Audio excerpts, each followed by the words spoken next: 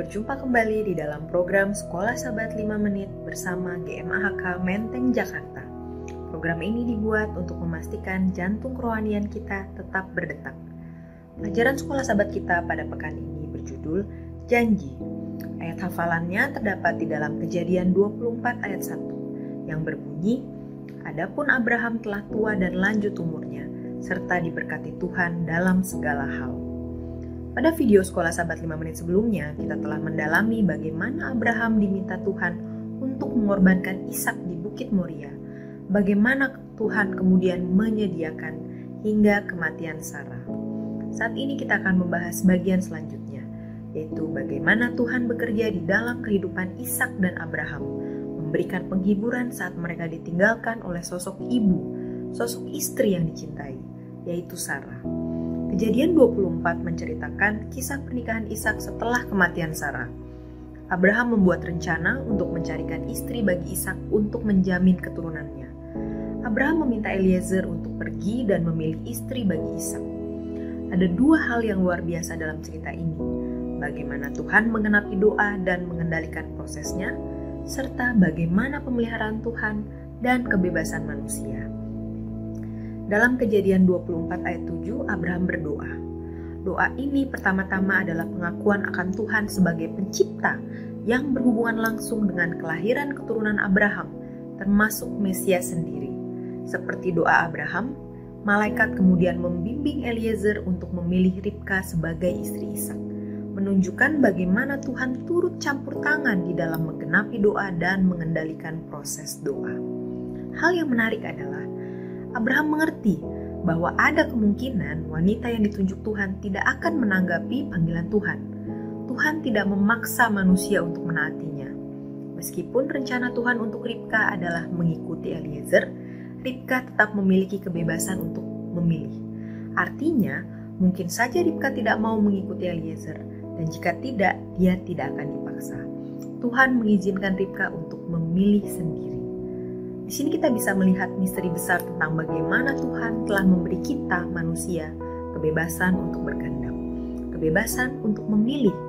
Namun bagaimanapun, terlepas dari kehendak bebas manusia, dan meskipun seringkali kehendak bebas itu kita gunakan untuk memilih hal yang salah, kita masih dapat percaya bahwa pada akhirnya kasih dan kebaikan akan menang di dalam Tuhan. Alkitab mencatat bahwa Ishak dihiburkan oleh Ribka setelah kepergian Sarah. Sebagaimana Tuhan menyediakan seorang istri bagi Ishak, hal yang sama terjadi kepada Abraham. Setelah Sarah meninggal, Abraham menikah lagi. Seperti Ishak, dia dihibur setelah kematian Sarah. Namun, identitas istri baru Abraham masih belum jelas. Penulis sejarah menghubungkan anak-anak Keturah dengan anak-anak Hagar, tanpa menyebutkan nama Keturah. Hal ini menunjukkan bahwa seperti yang dikatakan beberapa orang, Keturah bisa jadi adalah Hagar.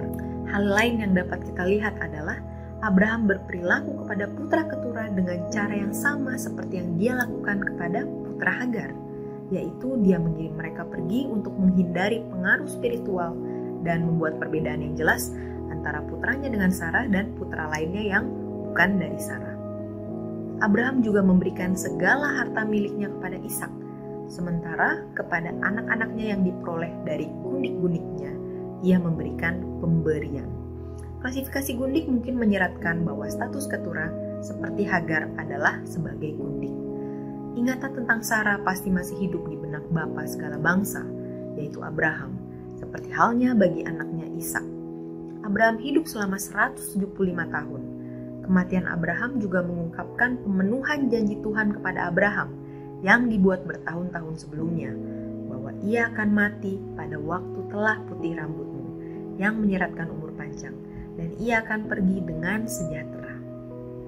Pada akhirnya, Tuhan tetap setia pada janji anugerahnya kepada hambanya yang setia, yaitu Abraham, yang imannya digambarkan dalam perjanjian lama tentang keselamatan oleh iman sebagai contoh yang hebat. Tuhan telah menyerahkan anaknya, Yesus, kepada satu kematian yang hina dan menderita. Malaikat-malaikat yang menyaksikan kehinaan serta tekanan jiwa yang dialami oleh anak Allah tidak diizinkan untuk campur tangan.